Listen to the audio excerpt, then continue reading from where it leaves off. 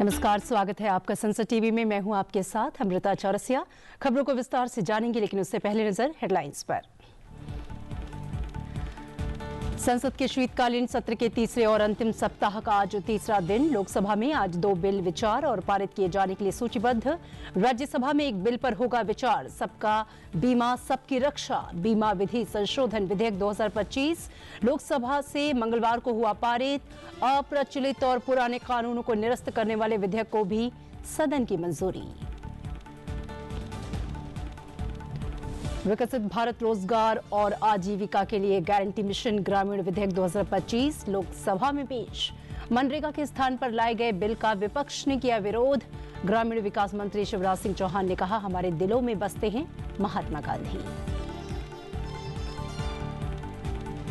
3 देशों की यात्रा के दूसरे चरण के लिए इथियोपिया की राजधानी अदीस अबाबा पहुंचे प्रधानमंत्री मोदी। इथियोपिया के प्रधानमंत्री डॉक्टर अबी अहमद अली के साथ की विस्तृत चर्चा। इथियोपिया ने अपने सर्वोच्च पुरस्कार ग्रेट ऑनर निशान से नवाजा। आज संसद के संयुक्त सत्र को करेंगे संबोधित। इजरायल के 2 दिवसीय दौरे पर पहुंचे विदेश मंत्री डॉक्टर सुब्रमण्यम जयशंकर। सिडनी के बोंडाई बीच पर हुए आतंकी हमले को बताया कायराना हरकत और कहा, भारत और इजरायल आतंकवाद के खिलाफ शून्य सहिष्णुता की नीति पर करते रहेंगे पालन। गाजा शांति योजना के प्रति भारत का समर्थन भी दोहराया।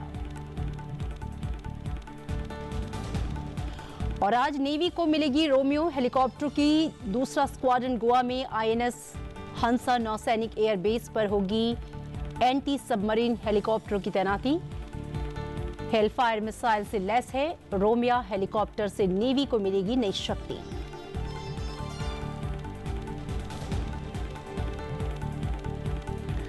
और संसद के शीतकालीन सत्र के तीसरे और आखिरी सप्ताह का आज तीसरा दिन है। आइए नजर डालते हैं दोनों सदनों में आज के सूचीबद्ध कार्यों के बारे में।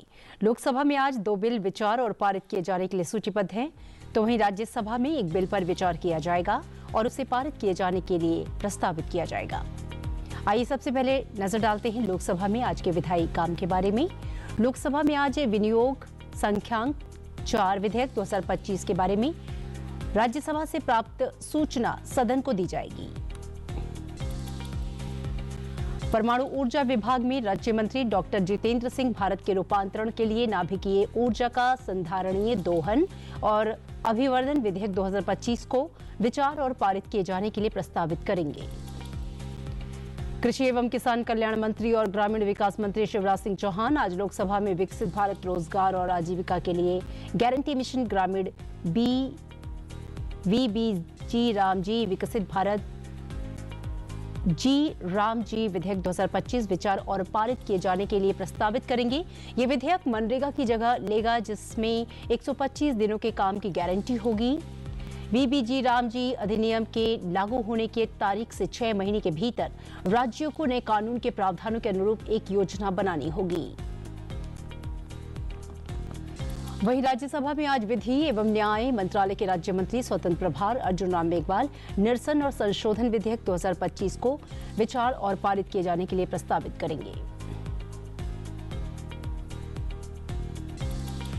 और चुनाव सुधारों को लेकर राज्यसभा में 3 दिन की चर्चा मंगलवार को पूरी हुई। चर्चा के आखिर में नेता सदन जेपी नड्डा ने कांग्रेस सहित विपक्ष पर निर्वाचन आयोग ईवीएम को निशाना बनाकर देश को गुमराह करने का आरोप लगाया।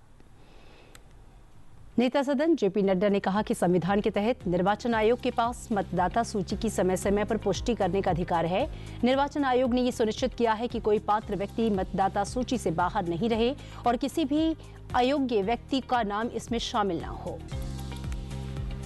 देश में एक वातावरण बनाने का प्रयास हुआ कि जैसे बहुत बड़ी धांधली हो रही है, और आप जैसे जिम्मेवार पार्टी, मुझे तो कभी दुख होता है जयराम जी, इंडियन नेशनल कांग्रेस रैली कर रही है और उस रैली के शब्दावली वोट चोरी, वोट चोर, वोट चोर,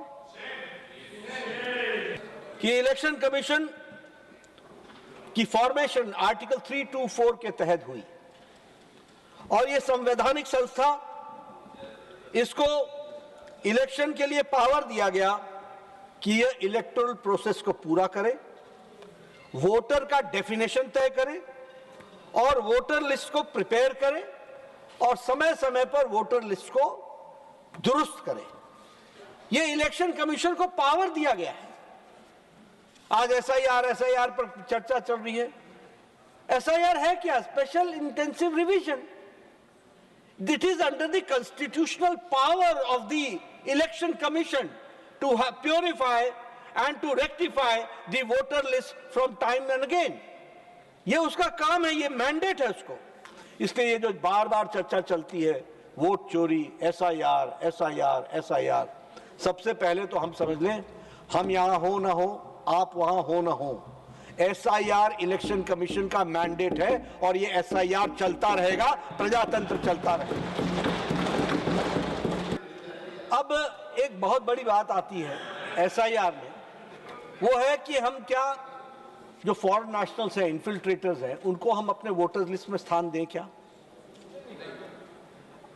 अगर हमें प्यूरिफाई करना है तो हमें प्यूरिफाई उसको पूरे लेटर और स्पिरिट में करने की आवश्यकता होगी। और विपक्ष के विरोध के बीच सबका बीमा सबकी रक्षा बीमा विधि संशोधन विधेयक 2025 को लोकसभा में चर्चा के बाद पारित किया गया। वित्त मंत्री निर्मला सीतारमण ने इसे पेश करने का प्रस्ताव किया, लेकिन विपक्षी सदस्यों ने इसे संविधान विरोधी बताते हुए इसे पेश नहीं किए जाने की मांग की। अपने जवाब में वित्त मंत्री ने विपक्ष के इन आरोपों को बेबुनियाद बताते हुए विधेयक को लोगों के हित में बताया। Insurance Act in this country, sir, since it was introduced in 1938, have seen 12 times amendments. From 39, just the next year after it was introduced, since then you have seen 12 times, and I'm saying 2015, there was no amendment even in 2014. So the amendments have had various character, and they are very reflective of the progress that the country is making, and to reflect the requirements, insurance requirement, the act has been since amended. What I would like to highlight from among those various amendments, sir, in 1950 itself, 1950, 50 में agents के ऊपर जितने भी हमारे माननीय सदस्यगण बात किए,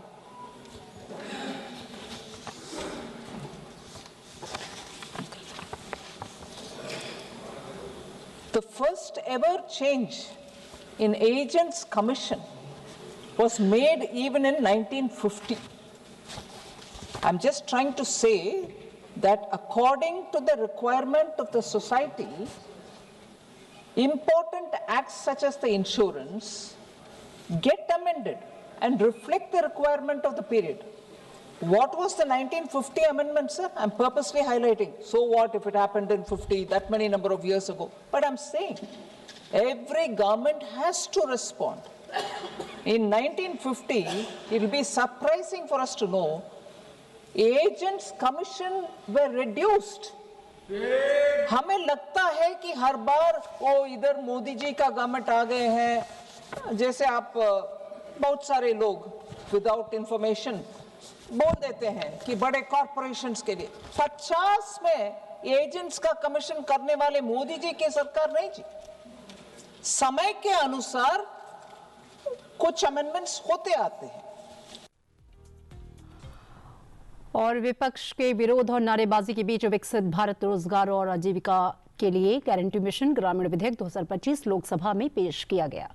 ग्रामीण विकास मंत्री शिवराज सिंह चौहान ने बिल पेश करने का प्रस्ताव किया। विपक्षी सदस्यों ने महात्मा गांधी राष्ट्रीय ग्रामीण रोजगार अधिनियम यानी मनरेगा के स्थान पर इस विधेयक को लाए जाने का विरोध किया।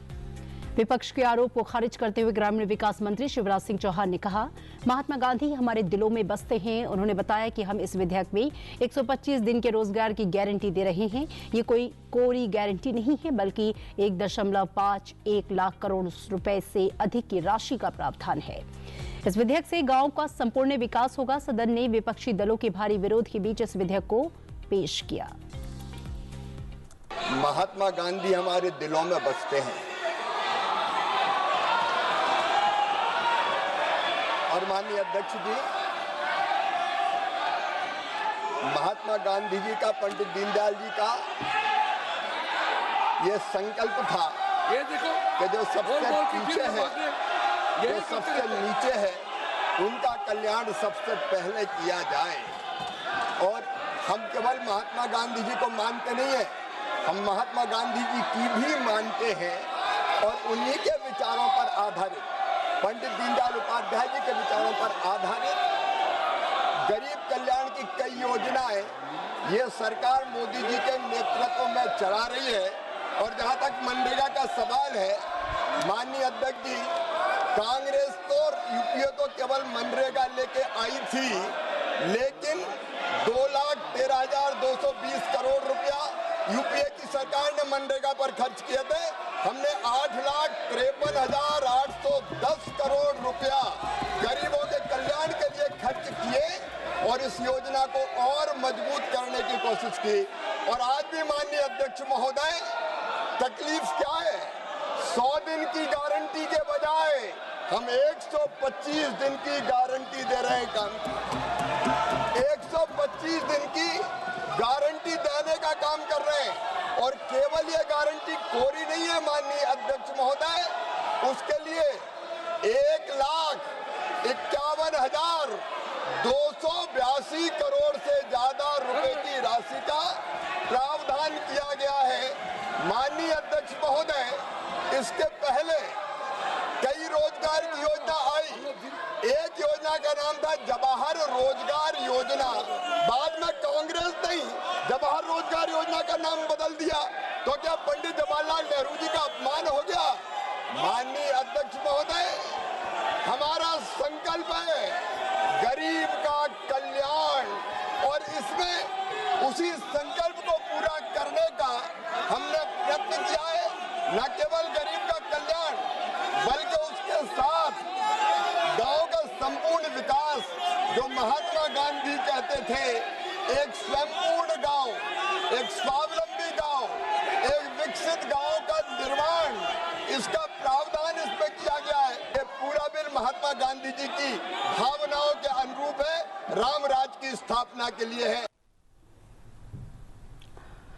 और लोकसभा में पुराने कानूनों को समाप्त करने वाले निरसन और संशोधन विधेयक 2025 को पारित कर दिया गया।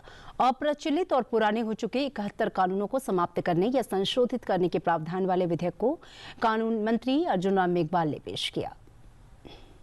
पुराने व अप्रासंगिक लॉ के प्रभावों को समझने में जनरल पब्लिक को होने वाली कठिनाई को ध्यान में रखते हुए ऑब्सोलीट तथा रिडंडेंट लॉज को हटाने के उद्देश्य से लॉज की व्यापक समीक्षा हेतु एक विस्तृत एक्सरसाइज की गई और उसके तहत 2014 के बाद भारत के प्रधानमंत्री श्री नरेंद्र मोदी जी के नेतृत्व में रिफॉर्म, परफॉर्म, ट्रांसफॉर्म के मंत्र पर चलते हुए विकसित भारत की ओर बढ़ने का हमने एक सुनहरा प्रयास किया है।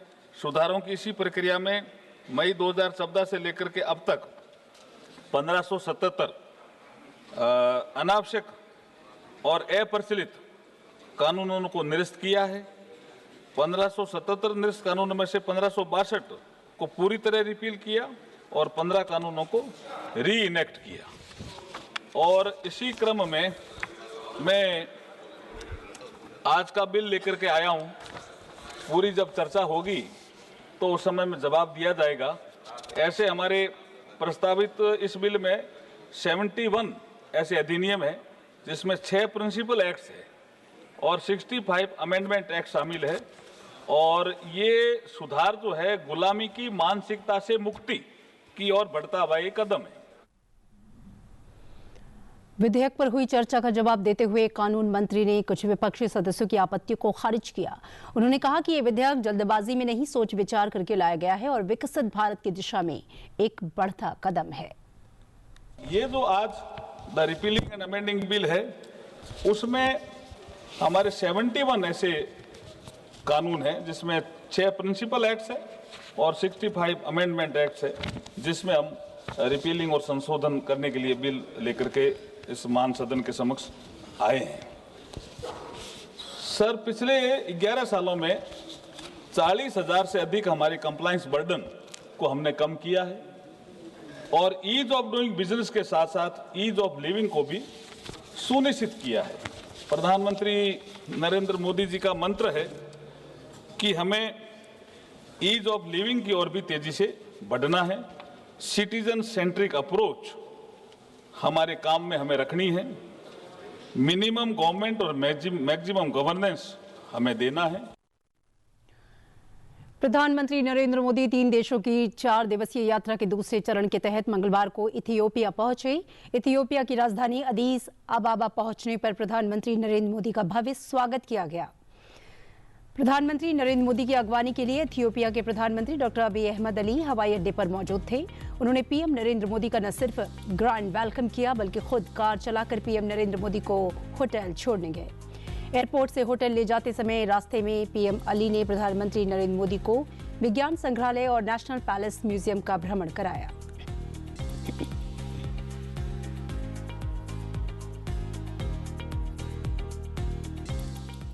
प्रधानमंत्री नरेंद्र मोदी ने इथियोपिया के प्रधानमंत्री अबी अहमद अली के साथ व्यापक द्विपक्षीय वार्ता की। वार्ता में दोनों नेताओं ने व्यापार और निवेश, नवाचार व प्रौद्योगिकी, शिक्षा, रक्षा, स्वास्थ्य, खाद्य सुरक्षा, कृषि, नवीकरणीय ऊर्जा और डिजिटल पब्लिक इंफ्रास्ट्रक्चर जैसे अहम क्षेत्रों में सहयोग को और मजबूत करने के तरीकों पर चर्चा की।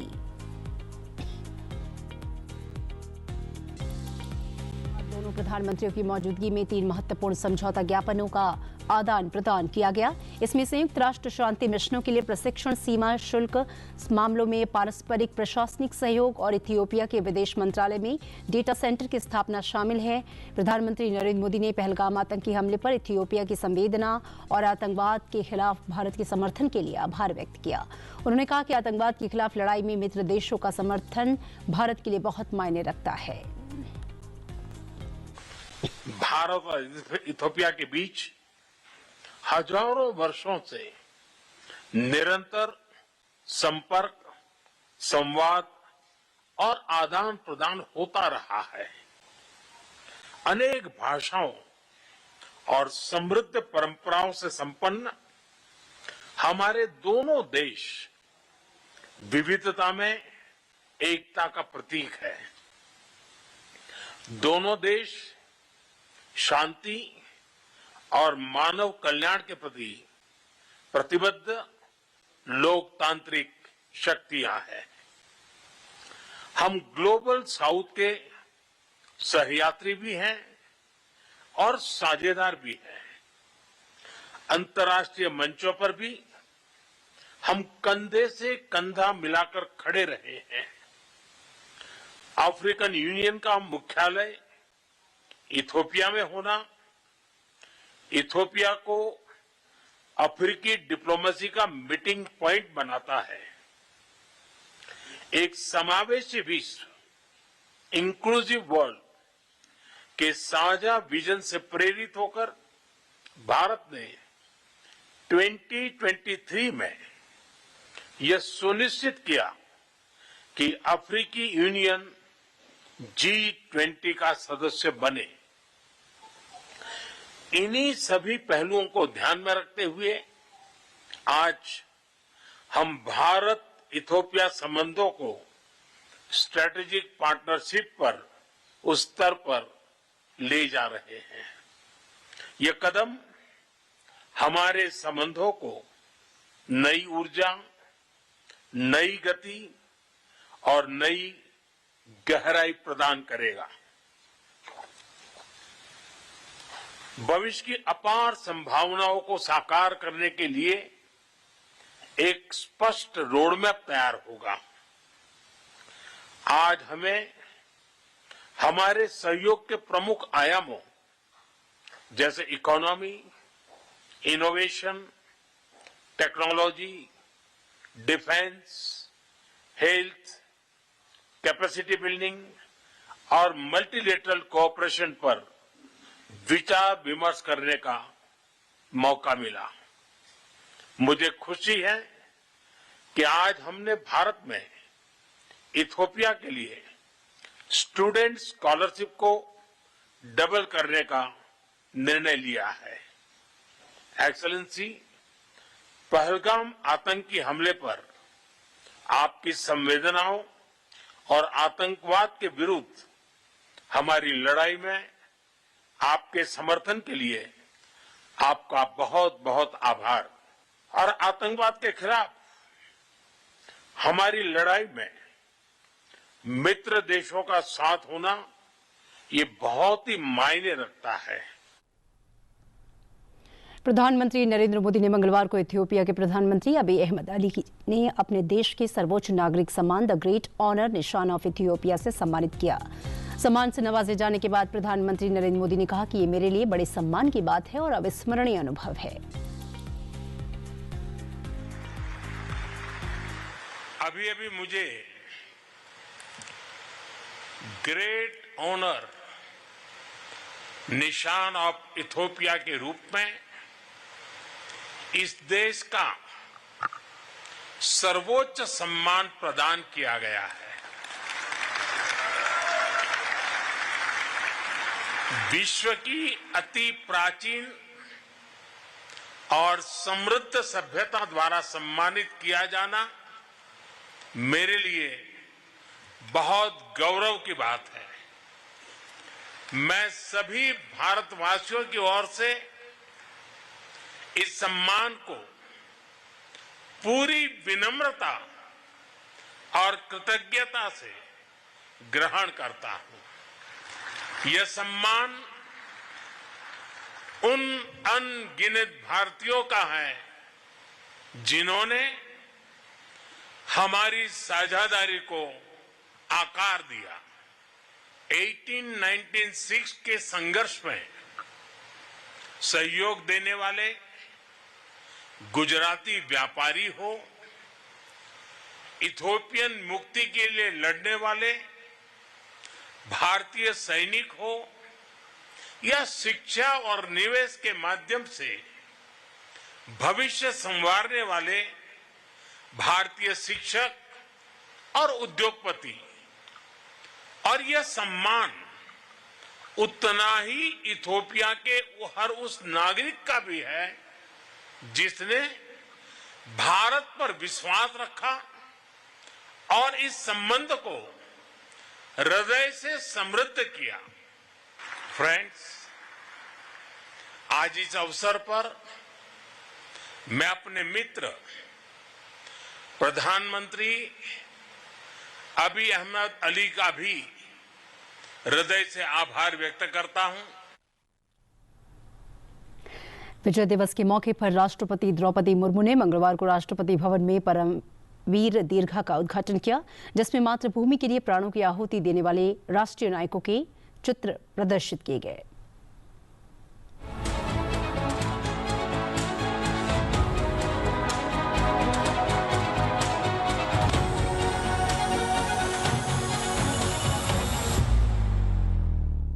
मैं हूं कैप्टन योगेंद्र सिंह यादव, परमवीर चक्र, और आज बड़ा ऐतिहासिक दिन कि राष्ट्रपति भवन में 21 परमवीर चक्र के नाम से जो परमवीर गैलरी का इनॉग्रेशन हो रहा है।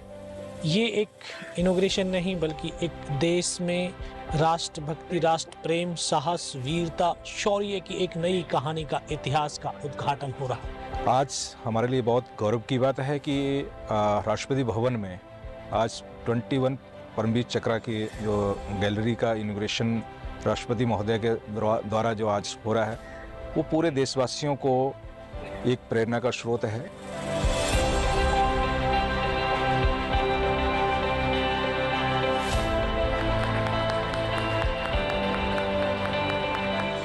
Very excited and proud to be here. This gallery is a tribute to all the Paramveer Chakras. It's absolutely beautifully made, and we would like to thank the President, the Prime Minister for such a great initiative honoring our family. देश के परमवीर चक्र जिन्होंने देश के लिए अपनी जानों को न्यौछावर किया है, उनके नाम पे ये रखे। ये मेरे ख्याल से युवा पीढ़ी को प्रेरित करने के लिए इससे अच्छा कोई और कदम नहीं हो सकता।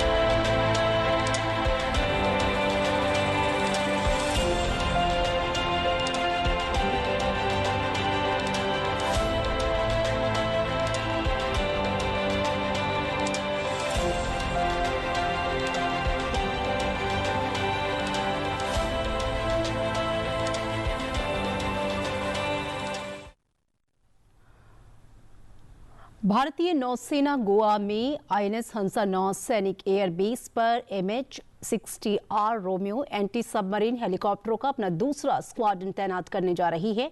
अमेरिका से निर्मित हेलीकॉप्टरों को आज नौसेना प्रमुख एडमिरल दिनेश कुमार त्रिपाठी की मौजूदगी में औपचारिक रूप से INAS 335 में शामिल किया जाएगा।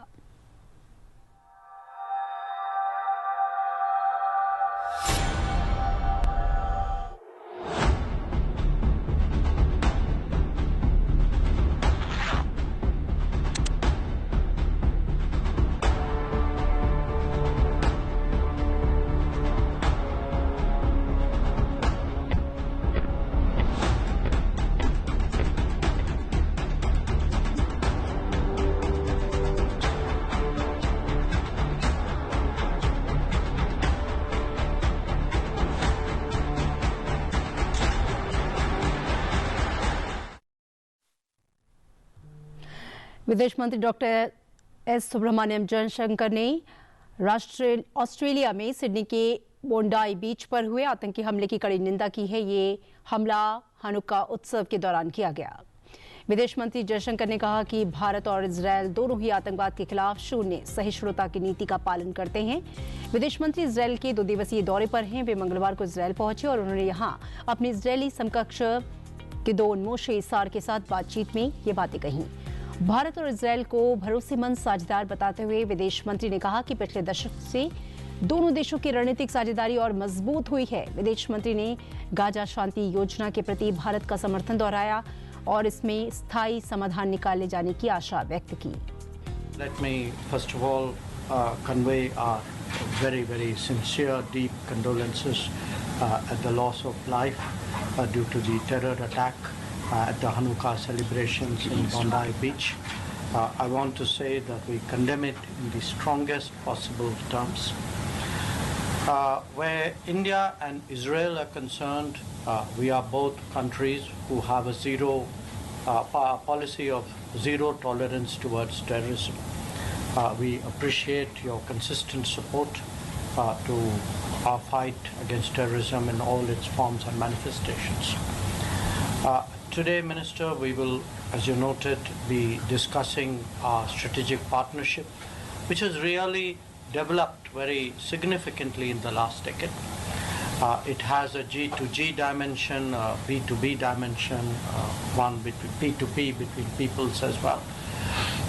And I would say it's really, there are a very large number of domains today that our relationship touches in one form or the other. But what we will do, building on the work plan which our teams have finalized, is really to address ourselves to the task of purposing our relationship for the world that awaits us. विकास के साथ पर्यावरण का संतुलन।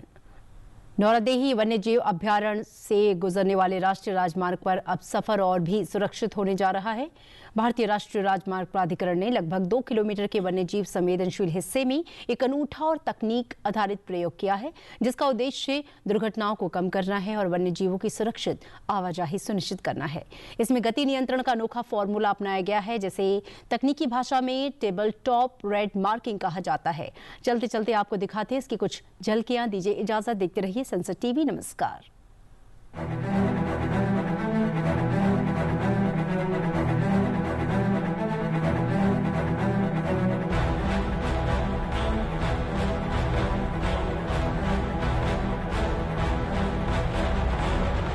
आज भारत का दृष्टिकोण स्पष्ट है, विकास के साथ पर्यावरण का संतुलन। माननीय प्रधानमंत्री श्री नरेंद्र मोदी जी की जीव जंतुओं के प्रति संवेदनशील और करुणामय सोच तथा माननीय सड़क परिवहन एवं राजमार्ग मंत्री श्री नितिन गडकरी जी के नेतृत्व में सड़कों के क्षेत्र में आधुनिक तकनीकों व नवाचारी प्रयासों के माध्यम से वन्यजीव कॉरिडोरों की सुरक्षा हेतु प्रभावी कदम उठाए जा रहे हैं। मध्य प्रदेश के नौरादेही वन्यजीव अभयारण्य क्षेत्र में NH-45 जबलपुर भोपाल मार्ग पर 11.96 किलोमीटर लंबे 2 और 4 लेन राजमार्ग का पुनर्विकास इसका उत्कृष्ट उदाहरण है। ये परियोजना विशेष रूप से वन्यजीव कॉरिडोर को ध्यान में रखकर डिजाइन की गई है। 2 किलोमीटर के संवेदनशील घाटी क्षेत्र में भारत में पहली बार 5 मिलीमीटर मोटी red table top block marking का प्रयोग किया गया है। भोपाल जबलपुर के अभ्यावरण सेक्शन में जब इसका 4 लेनिंग का निर्माण हो रहा था तो हमारे संज्ञान में आया कि यहाँ पर घाट पोर्शन होने की वजह से और वाइल्ड लाइफ जीवन होने की वजह से यहाँ क्या हम ट्रीटमेंट सजेस्ट करें कि लोग यहाँ से कम स्पीड से गुजरें। तो इंटरनेशनल प्रैक्टिस को ध्यान में रखते हुए हमें ये रेड ब्लॉक मार्किंग का ये ट्रीटमेंट कराया और ये 2 किलोमीटर में लगाया गया है। ये जो नॉर्मल रोड मार्किंग्स पे इसमें फ़र्क ये है कि इसकी हाइट 5 mm थिक है। डिफरेंट कलर रेड कलर होने की वजह से लोगों का ध्यान आकर्षण होगा और अगर ध्यान आकर्षण नहीं भी होता है तो हाइट ज़्यादा होने की वजह से गाड़ियों में हल्का सा जर्क होने की वजह से भी उनका ध्यान जो है इस पे आएगा और वो अपनी स्पीड को कंट्रोल वे पे कम कर सकते हैं, जिससे कि दुर्घटनाओं में कमी आए। ये नवाचार वाहन चालकों को वन्य जीव कॉरिडोर, संवेदनशील क्षेत्र तथा अचानक आने वाले मोड़ों और घुमावों के प्रति पहले से सतर्क करता है, जिससे गति नियंत्रण होता है और दुर्घटनाओं में उल्लेखनीय कमी आती है। और इससे हम लोगों को क्या है बहुत अलर्ट हो जाता है कि जानवर भी निकलता है तो उसको भी क्या है सब आराम से निकल जाता है, जिससे कोई दुर्घटना नहीं होती। और हम लोगों की गाड़ी भी चलते समय थोड़ी क्या है बबलिंग लेती है तो उससे भी हम थोड़ा स्लो कर लेते हैं, जिससे हमको साफ समझ में आता है कि रोड में किस तरह से चलना है। NHAI ने जो ये काम किया है बहुत अच्छा काम किया है। इसके साथ ही चेन लिंक फेंसिंग, आधुनिक स्पीड डिटेक्टर और विशेष एनिमल अंडरपास के माध्यम से यातायात और वन्य जीवों दोनों की सुरक्षा सुनिश्चित की गई है। ये परियोजना सिद्ध करती है कि आधुनिक सड़क अवसंरचना का विकास पर्यावरण संरक्षण के साथ पूरी तरह संभव है।